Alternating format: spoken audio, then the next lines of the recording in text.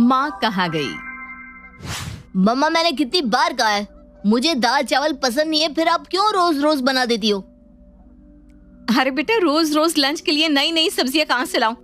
ज्यादा तेल मसाले का खाना तेरे पापा नहीं खाते, इसलिए खाना बनाते हुए मुझे सबकी पसंद का ख्याल रखना पड़ता है ना बेटा। आज खा ले मेरा राजा बेटा, कल तेरी पसंद का कुछ बना दूंगी। नहीं मम्मी, मैंने कह दिया ना मुझे दाल चावल नहीं खाने तो नहीं खाने। आप रख लो अपने दाल चावल, मैं बाहर जाकर कुछ खा लूंगा। बेटा भूखे पेट तो मैं तुझे घर से जाने नहीं दूंगी, चुपचाप बैठ और खाना खाकर जा। अच्छा ठीक है, तुझे मैं अपने हाथ से खिला देती हूँ, तब तो खा लेगा ना। अच्छा ठीक है, आप खिला दो, तब तक मैं अपनी वेब सीरीज देखता हूँ। अच्छा तू बता दे शाम को क्या खाएगा? शाम को तेरी पसंद का ही खाना बनाऊंगी। और ऐसे ना खाने से नाराज नहीं होते बेटा, भूखे पेट घर से बाहर निकलना अपशगुन होता है। मैंने तुझे कितनी बार समझाया है, चाहे थोड़ा सा ही खाकर जाओ, लेकिन घर से बाहर निकलते समय कभी भी अन्न का अपमान नहीं करना चाहिए। आरव की उम्र 17 साल की थी। वो 11वीं कक्षा में पढ़ता था। खाने में रोज ही उसके नखरे रहते। घर का बना सादा खाना तो वो कभी भी मुंह बिचकाए बिना खाता ही नहीं था। अपनी पत्नी को बेटे आरव से खाने के लिए मनोहार करते देख रोहित को अचानक 25 साल पहले की बातें याद आने लगती है। उसे याद आता है कि उसकी माँ भी ऐसे ही खाने के लिए उसके आगे पीछे घुमा करती थी। रोहित बेटा खाना खा ले, देख मैंने बहुत अच्छा भरवा टिंडे की सब्जी बनाई है। छी मम्मी, टिंडे कौन खाता है? मुझे तो टिंडे के नाम से भी नफरत है। मेरे सामने ना आप टिंडे का नाम भी मत लिया करो। अच्छा बेटा तू बता क्या खाएगा? जो मेरा बेटा खाएगा मैं वही बना कर दूंगी बस। अच्छा अचार से रोटी खाएगा? मम्मी मुझे नहीं खानी है, अचार से रोटी मुझसे नहीं खाई जाती।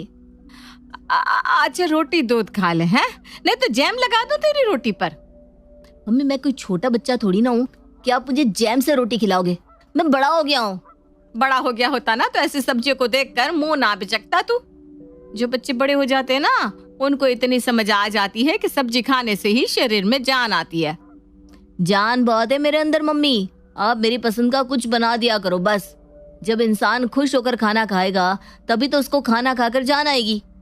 ऐसे मन मार के खाना खाने से कोई जान नहीं आने वाली मेरे अंदर। हाँ हर बात का जवाब है इसके पास।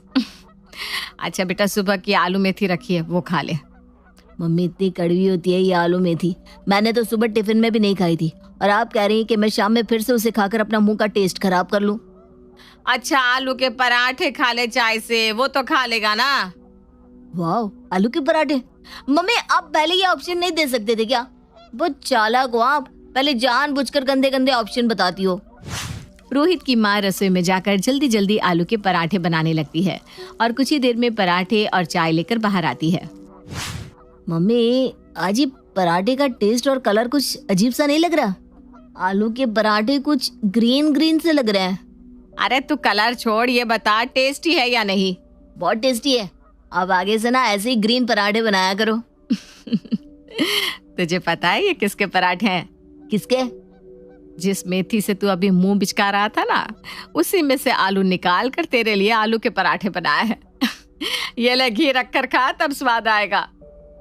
मम्मी मैं क्रिकेट खेलने जा रहा हूँ और आप मुझे घी खिला रही हैं। अरे मम्मी कोच ने कहा है कि फिटनेस के लिए डाइट चार्ट के हिसाब से खाना खाओ।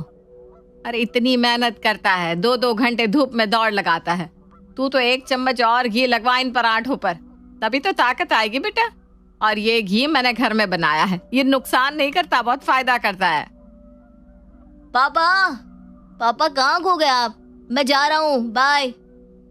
कहाँ जा रहा है बेटा? अरे पापा यार बताया तो था आज रवि का बर्थडे है, तो उसकी बर्थडे पार्टी के लिए सारे दोस्त लॉन्ग ड्राइव के लिए मुरथल जा रहे हैं। मम्मा कहाँ है तुम्हारी? मम्मा को बताया?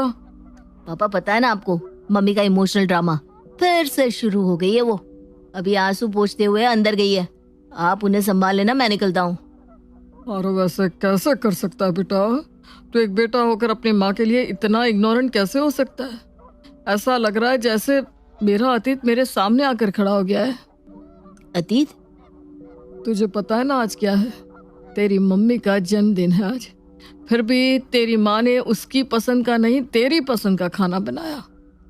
खैर तुझे समझ में नहीं आने वाला, तो चल आज मैं तुझे एक कहानी सुनाता हूँ। बहुत साल पहले की बात है, मैं तब तेरी ही उम्र का रहा हूँगा। माँ के जन्मदिन के दिन हर साल हम मंदिर जाते और फिर माँ हमारी पसंद का खाना बनाती जिसे हम बड़े चाव से खाते। न जाने वो उम्र का तकाजा था या कुछ और। न माँ कभी अपनी पसंद का खाना बनाती और ना कभी हमने कहा कि माँ आज तो तुम्हारा जन्मदिन है तो आज तुम अपनी पसंद का खाना क्यों नहीं बनाती। हम दोनों भाई बहन तो बस इतने से ही खुश थे कि हमें अपनी पसंद के पूरी पकवान और कचौड़ी खाने को मिल रहे हैं।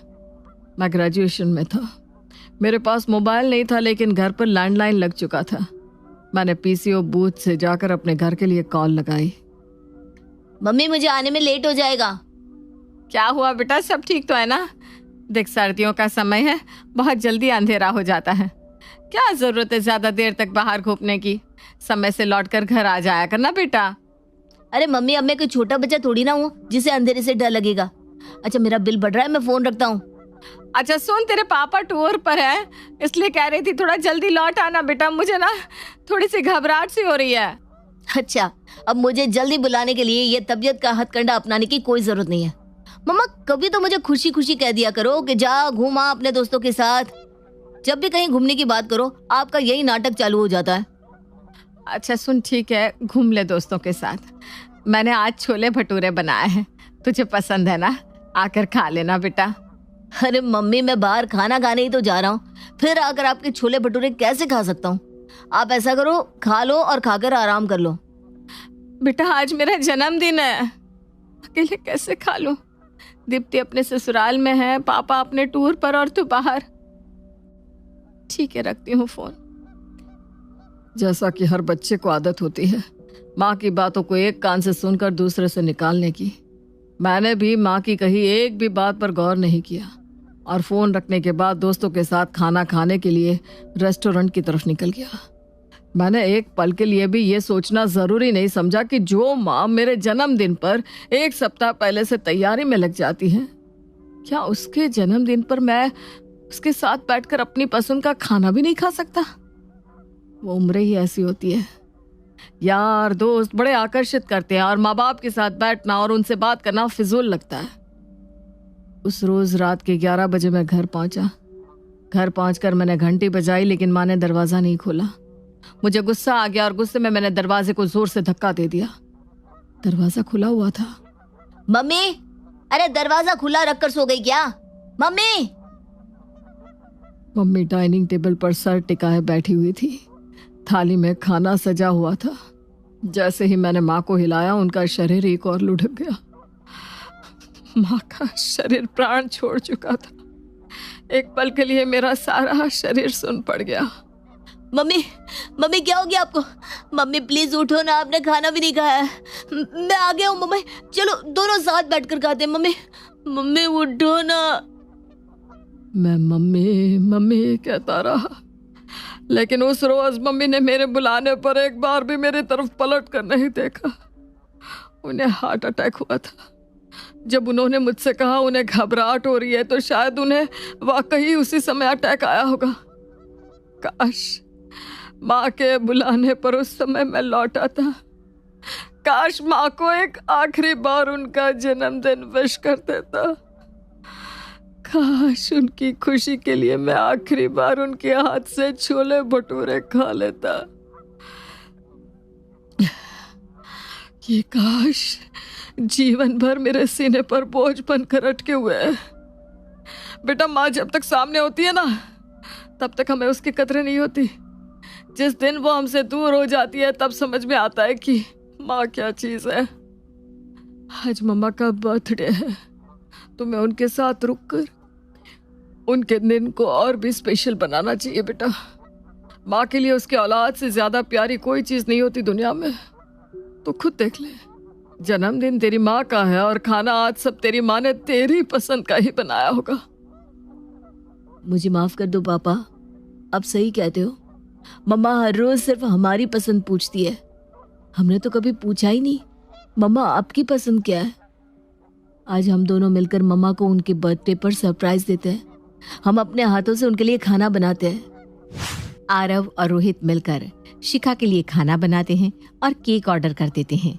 जब शिखा उसके जन्मदिन के लिए की हुई सारी तैयारियों को देखती है तो खुशी से दोनों को गले लगा लेती है।